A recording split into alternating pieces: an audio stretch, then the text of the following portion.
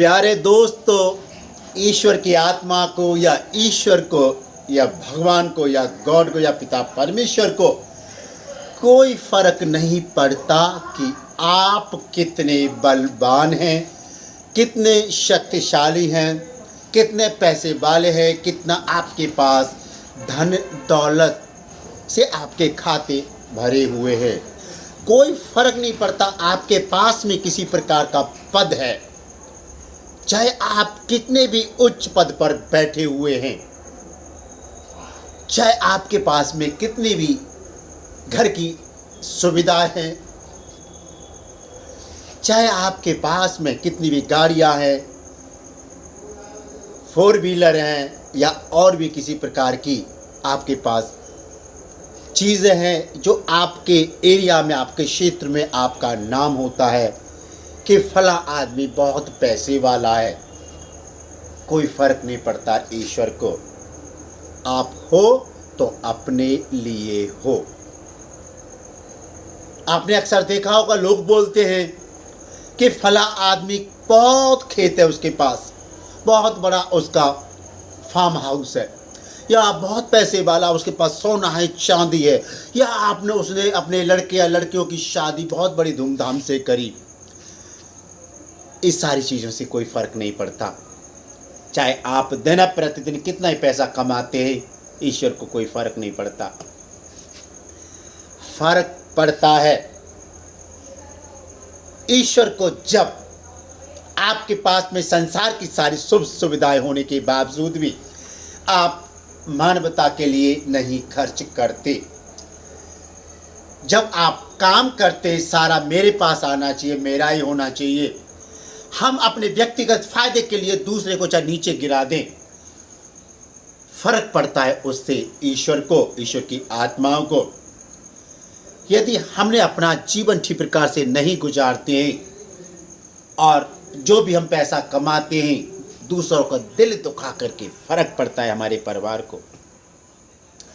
हमारे किए हुए कर्मों के द्वारा फर्क पड़ता है परिवार को, फर्क पड़ता है पत्नी को, माँ को, बाप को, बहन भाइयों को, बच्चों को। ईश्वर को नहीं चाहिए मेरा धन दौलत, नहीं चाहिए मेरा कमाया हुआ यश। ईश्वर नहीं पसंद करता है सांसारिक यश को।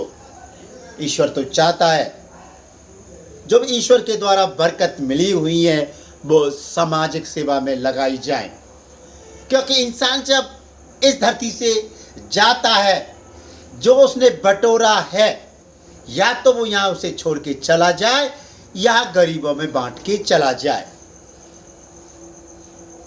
ईश्वर यही चाहता है।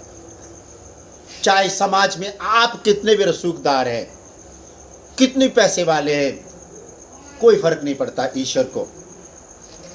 और यहाँ तक कि जो सामाजिक सभ्य लोग हैं, संभ्रांत लोग हैं, उनको भी कोई फर्क नहीं पड़ता।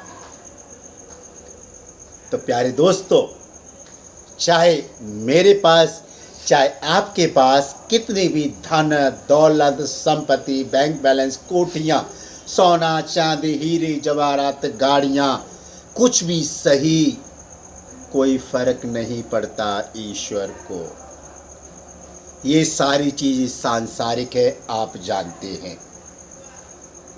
आपके जाने के बाद ये जो शरीर जो मिट्टी से बना हुआ है 5 तत्वों से, उसी में मिल जाता है। ईश्वर के पास आत्मा जाती है।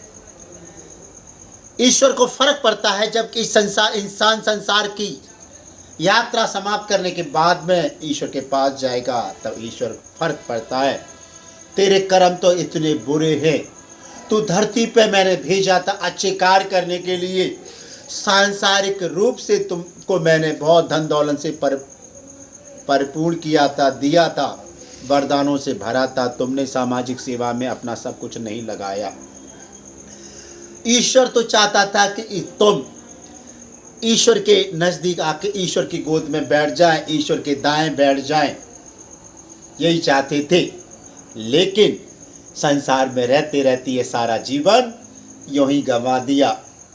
जीवन गंवाया ऊंच नीच की भावना पैदा करने में, जीवन गंवा दिया पूरा, मेरा मेरा मेरा, दूसरों को नीचा दिखाने में, दूसरा का जीवन बर्बाद करने में, सोच के मैं बड़ा उच्च कुल का हूँ, सोच के मैं सामाजिक दायरा बहुत बड़ा है, सोच करके मैं तो सोच करके कि मेरे पास में बहुत सामाजिक मान प्रतिष्ठा है। ईश्वर को फर्क नहीं पड़ता। ईश्वर को फर्क पड़ता है इस संसार की यात्रा समाप्त करने के बाद में तुम सब ईश्वर की गोद में बैठ जाओ, ईश्वर के दाहिने बैठ जाओ। इसलिए ईश्वर ने हमें इस धरती पर भेजा अच्छे कार्य करने के लिए। तो प्यारे दोस्तों, चाहे सांसारिक रूप से हम कुछ भी सही, कोई फर्क नहीं पड़ता ईश्वर को, लेकिन हम मनुष्य ठीक से अपना जीवन नहीं जिएंगे तो फर्क पड़ेगा हमारे परिवार को, बच्चों को, बीवी को। फर्क पड़ता है परिवार को, फर्क पड़ता है ईश्वर को भी, क्योंकि उसने अच्छे कार्य करने के लिए हमको भेजा। तो प्यारे दोस्तों, इस कहानी का सार आज का जो वीडियो समझ गए होंगे।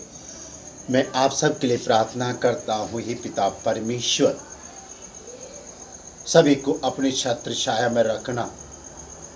तू माफ करने वाला परमेश्वर है। हम पापी मनुष्य हैं, हम दिन प्रतिदिन पाप करते रहते हैं।